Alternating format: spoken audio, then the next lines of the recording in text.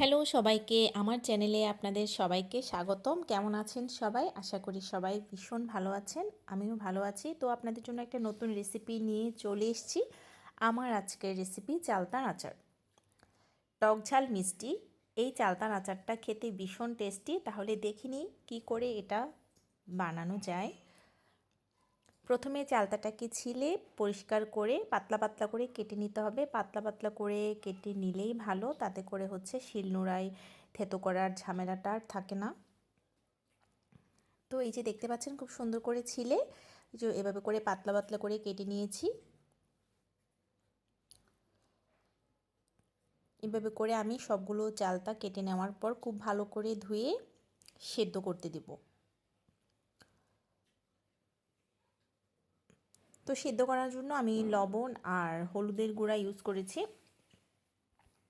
লবণ আর হলুদের গুঁড়াটা দিয়ে একটু নেড়ে চেড়ে এটাকে ঢেকে আমি 10 থেকে 12 মিনিটের জন্য এটাকে সেদ্ধ করে নেব।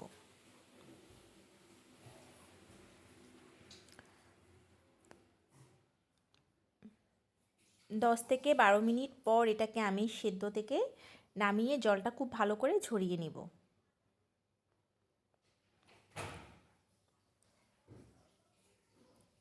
ঠান্ডা হয়ে এলে বড় একটা থালাতে করে এটাকে আমি সারা দিনের জন্য রোদে দেব।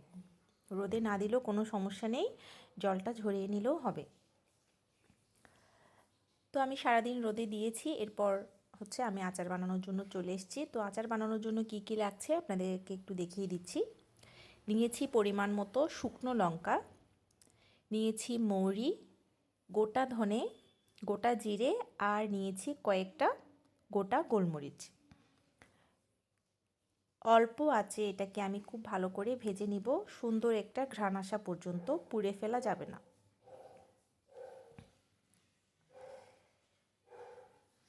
এদিকটায় এটা ভাজা হতে হতে অন্য চুলায় আমি একটা কড়াইয়ে পরিমাণ মতো সরিষার তেল দিয়েছি। সরিষার তেলের পরিমাণটা এখানে অল্প দিলে হবে। দিচ্ছি কয়েকটা তেজপাতা আর দিচ্ছি অল্প একটু পাঁচফোড়ন।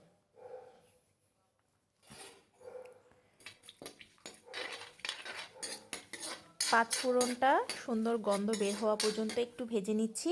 আর অন্য চুলায় কিন্তু আমার মশলাটা একদম ভাজা হয়ে গেছে।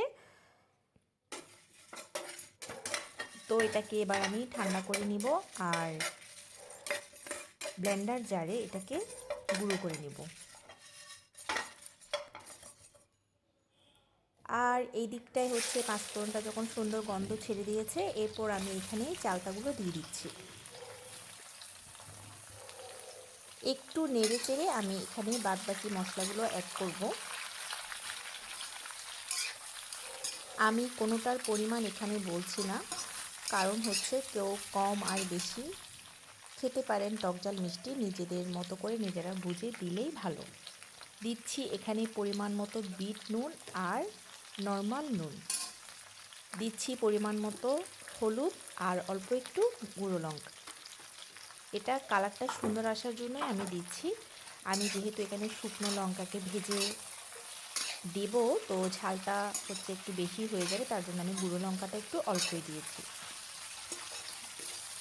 একটু নেড়ে চেড়ে দিচ্ছি আর এদিকটায় মশলাটা একদম ঠান্ডা হয়ে গেছে। এটাকে আমি এবার হালকা করে গুঁড়ো করে নেব।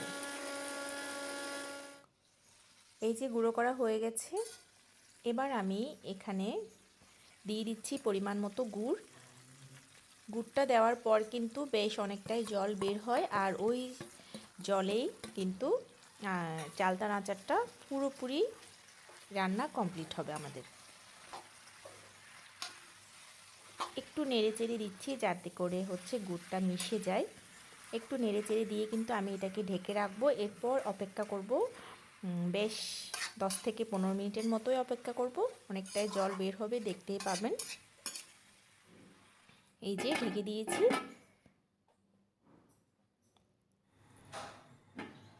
আর দেখাচ্ছি কতটুকু জল বের হয়েছে গুড় থেকে। আর এই জলেই কিন্তু পুরো আচারটা কমপ্লিট হয়ে যাবে। একটু নেড়েচেড়ে দিয়েছি। আর প্রথমে আমি কিন্তু এখানে সব মশলা দিইনি, অর্ধেকটা মশলা দিয়ে যে গুঁড়ো মশলাটা আমরা করে রেখেছিলাম সেটাই আমি এখানে অর্ধেকটা দিয়েছি, বাকিটা আমি আর কিছুক্ষণ পরে দিব। একটু নেড়ে চেড়ে আবারও ঢেকে দিব। এভাবে করে আমি আস্তে আস্তে কিন্তু আচারটাকে রান্না করে নিতে হবে। আচার বানাতে গিয়ে একদম তাড়াহুড়া করা কিন্তু উচিত না, খুব ধৈর্য সহকারে আচারটা রান্না করতে হয়, যাতে করে হচ্ছে আচারটা খুব ভালো করে সেদ্ধ হয় আর ভিতর পর্যন্ত মশলাটা যায়। তো এর আরও বেশ কিছুক্ষণ পর, প্রায় ধরুন 10 থেকে 15 মিনিট পর আবারও আমি একটু নেড়ে চেড়ে দিয়ে বাদবাকি যে মশলাটা ছিল সেটা দিয়েছি। আর দিয়ে দিচ্ছি এখানে অল্প একটু ভিনেগারটা দিলে আচারটা অনেক দিন পর্যন্ত ভালো থাকে, তার জন্য আমি ভিনেগারটা এখানে দিয়েছি।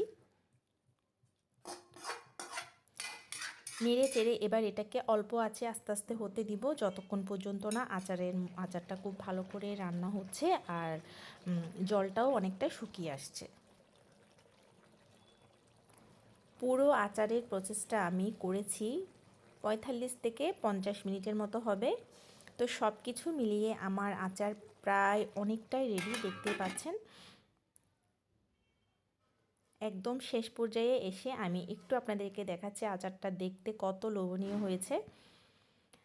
আচার কিন্তু একদম রেডি। এটাকে হচ্ছে ঠান্ডা করে আপনারা চাইলে একটু রোদও দিতে পারেন, বয়মে, কাচের বয়ম করে সংরক্ষণ করে রাখলে এটা অনেক দিন পর্যন্ত ভালো থাকে। আর এটা ফ্রিজে রাখারও দরকার নেই, বাইরে রাখলেও অনেক দিন পর্যন্ত ভালো থাকবে, যেহেতু এখানে ভিনেগার দেওয়া হয়েছে তার জন্য। এই চালতার সিজনে এই আচারটি অবশ্যই বানাবেন আর আমাকে কমেন্ট করে জানাবেন কেমন হয়েছে আমার আজকের এই রেসিপিটা। সবাইকে ধন্যবাদ।